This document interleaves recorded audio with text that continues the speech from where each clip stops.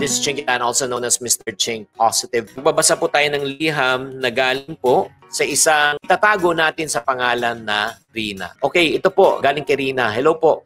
Question, okay pa din kaya kung sundin yung tips on how to be a happy or better wife kahit na casual parents lang kami? I'm not sure if my husband still loves me. Pero what I know is parehas kami nagkamali at nagkulang. Gusto kong pumawi kahit na nasaktan ako. Gusto kong maniwala na maayos pa rin ang pamilya namin. Pero people around me says na mukhang hindi na raw magbabago ang asawa ko. Iniwan niya kami at ipinapalit sa ibang babae na may anak na sa iba. Pero hindi naman sila nagsasama sa isang bahay.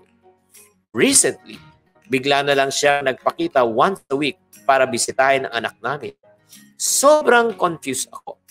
Di ko rin sure kung mahal ko pa siya. Basta ang alam ko, dapat mag-focus ako sa self-growth ko and God will do the rest. Sana dalawa ang puso ko. Diyan. Sana mapansin niyo po ang message ko. O tinatanong nga nito ni Rina, should this person give a second chance? Para sa mga taong ika nga napagtaksilan and then at the same time nagtatanong, should I give my spouse a second chance? Sasagutin na natin ng diretso. Ito po yung 5 signs, 5 good signs if you can really give your partner another chance. Number 1 sign is this. Your partner is repentant of what he or she did. So, ano ibig sabihin ng repentant? There's a difference between repentance and remorse. Ang repentance po, tunay na pagsisisi. Ang remorse naman po, ay nagsisisi ka dahil nahuli ka. Nabuking ka lang. Ang repentance, para mo malaman na talagang tunay na nagsisi sa tao, na nagkamali siya and then nag-apologize siya at hindi siya defensive. May kakilala kayong nagkamali na pero defensive pa rin. Nabuking na nga. Tapos ang dami pang mga sinasabi para i-defend ang kanyang kasalanan. And then ang tunay na repentance talaga, very important to na itong 1 sign eh. They are willing to take full responsibility. Wala silang sinisi ibang tao, tinanggap na. Talaga ako nagkamali, nasaktan kita, nagawa ko yan, ako talaga ang may kasalanan. Yan ang repentance. Pero yung mga gumagawa ng excuses, gumagawa pa ng palusot, my friends, it's not repentance yun. Remorse lang yun. That's number 1 sign. If there's true repentance, you should give opportunity. Number 2 sign. Ang sabi nung taong nagkasala is open siya for counseling sessions with professionals or people you trust. So, pag open, makipag-usap, open na para maayos, pwede. Pag pumasok na ng counseling session para maintindihan kung ano ba yung punot dulo nito, paano ba maayos to, ano dapat ang gawin, kailangan ba ng therapy session, kailangan ba ng coaching session, pwede po siya. Paano na, Chinky? Kung ayaw ng counseling session, ay, nako, malabo yun. Nagsisi lang yan, pero hindi naman talaga tunay na pagsisisi, nahuli lang. Number 3 sign, paano malaman na pwede mo bigyan ng chance?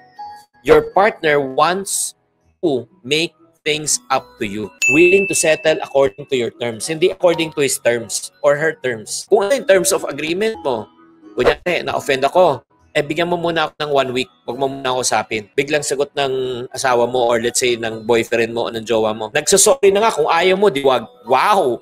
Ikaw pagalit ha? Kapal mo. Ito dapat sa'yo.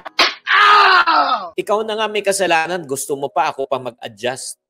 Willing to settle according to the terms of the aggrieved party. Willing to change in order to win you back. Willing siya na magbago. Hindi pa niya pinaglalaban kung anong gusto niya. At another ito pa sign. Guys, kung ang pinag-usapan natin dito, unfaithfulness Yung tao, willing na makipag-cut sa lahat ng mga tanggal ang Facebook, i-unfriend niya, tatanggalin niya lahat yung mga social media. Kung willing talaga, ibig sabihin talaga, nagsisisi yung tao. Pero kung nandun pa rin, pareho pa rin, wala pagsisisi yun. Number 4, 4th sign, para pwede nyo bigyan ng chance na magbago. Your partner is willing to go to the extra mile. Oo, gumagawa talaga ng paraan. Umi-effort, bumibili ng regalo, binibigyan ka ng pagkain, sumusula. Gandang sign po yun. Na talagang tunay, na talagang gusto niyang gawin lahat para maayos yung pagkakamali. And last but not the least, number 5 sign, 5th sign, partner's behavior is improving. So, na-appreciate ka na niya,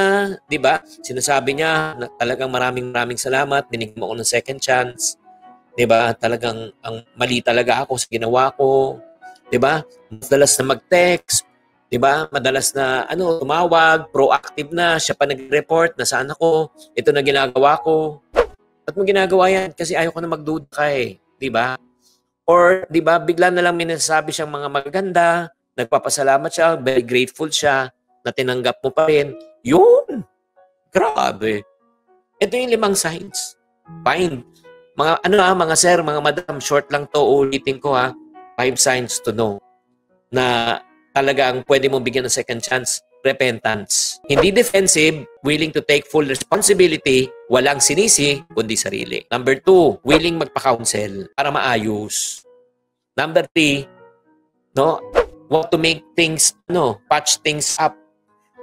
They want to settle according to your terms.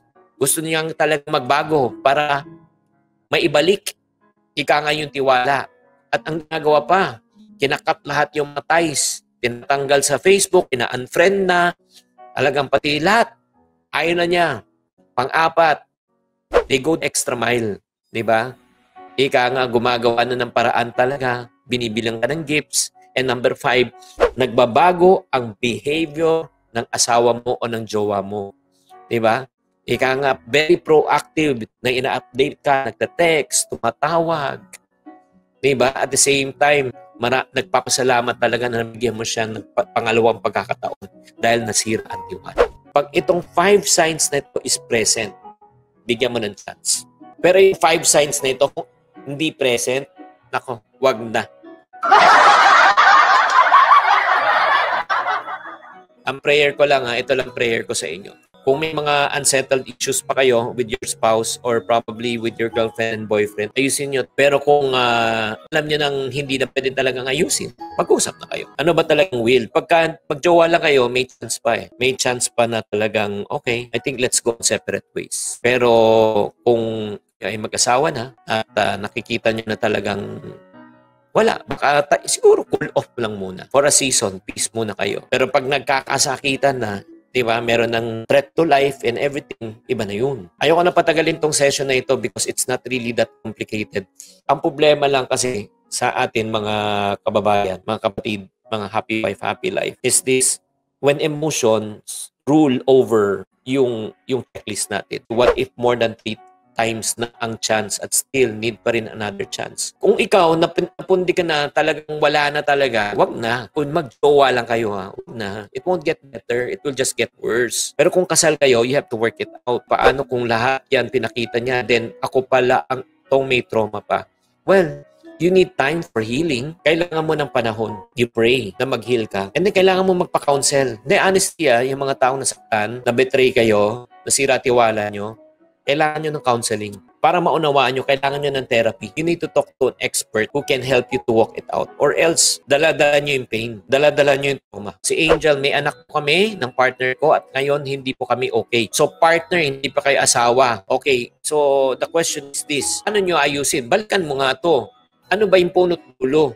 Bakit kayo nag-away? Ba't di kayo okay?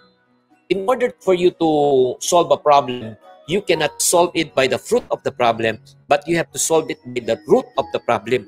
Alamin mo na yung punot dulo, ha? Thank you very much for joining me tonight for Happy Wife, Happy Life. As we always mention, we build stronger marriages, one marriage at a time.